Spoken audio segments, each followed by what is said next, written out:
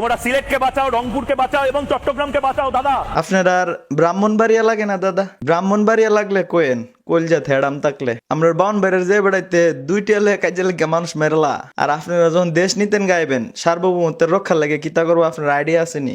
টেড়া দিয়া ফার দিয়া বিসি দুইটা দুই সাইডে লে দেবো, একদম লক করে লাইব। আর আমরা বাউনবাড়ি অর্ধেক ফলাফল করলাম ফুবি তাহে আপনার বর্ডারের সাইডে আহরা গাজীর বাজার একজনে বইয়া মনে করেন যে কাশির সুধা বাবা চাচা হগল তান রেহা লাগিয়ে গেলে গাই তা কাইচে রিসি করলাম ধরে লেবো গেলাম ফানজাদা। মৌলবাদীরা তিরিং বিরিং পুরুং পুরিং করে লাফালাফি করছে। এই যে এই দাদা হইলো আরেক নিউজ মারানির ফুত। মানে সারা দিন ওই মুহূর্তে যেটা এই দুই নিউজ পড়তেই তাহে। তো দাদা আপনি নিউজ পড়ার স্টাইল এমন কি লিখা? আপনি কি আগের জন্মে সুলকানির মলম বিক্রেতা ছিলেন? তোমার নাম আমার নাম সিলেট, রংপুর, চট্টগ্রাম। আপনি মানুষের নাম চিন্তা করে আর লাভ নাই, আপনার নিজের নাম কি তা? এ কিও ভাই দাদার নামটা কি তো একটু বাসায় দেন তো স্ক্রিনে। কি এটা লেখা? ময়ূখ রঞ্জন ঘোষ। না না, নামটা তো একটু ভুল হইছে। আপনার নিউজ পড়ার স্টাইল আর আবল তাবল গাওনে কি বুঝা জানেননি? আপনার নাম দেওয়ানোর দরকার ময়ূখ রঞ্জন ঘোষের জায়গায় মুরুক্ষ রঞ্জন ঘোষ।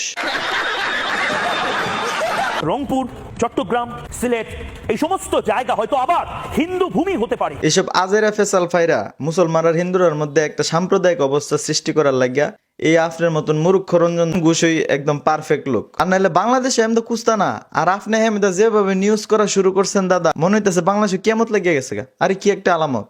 ফাজিল তোর কপালে জুতার বাড়ি হারামি।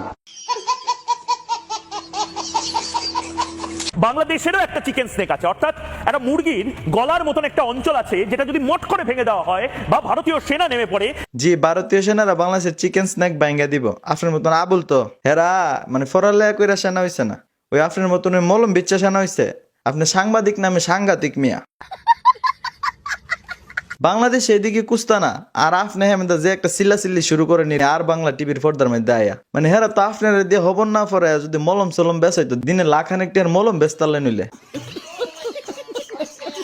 যদি বাংলাদেশের এই মুহূর্তে কোনো মৌলবাদী জবাব চায় বাংলা দেখেন, একদম চোখ বন্ধ করে নিন, চোখ বন্ধ করুন, একদম চোখ বন্ধ করুন। ওই দেন তার কথা কওয়ার লক্ষণ দেখেন।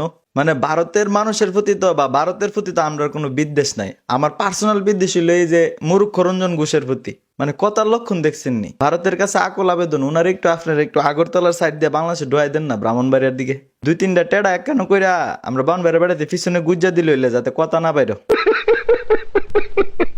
ফেনী যদি দখল হয়ে যায় চট্টগ্রাম কিন্তু স্বাধীন হয়ে যেতে পারে। ওইও তার কথা শুনেন, ফেনী দখল করে লেব ভারতের সরকার তারে কইছে।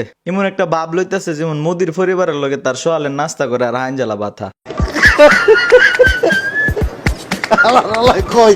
আপনার লাগে একটা ভালো উপদেশ দাদা, নিউজ টিউজ বাদ দিয়া আপনি এক কাজ করেন, আমরা বাউনবাড়িয়া আয়েন, আপনার স্টেশনে একটা মলম বেচার জায়গা করে দিব না।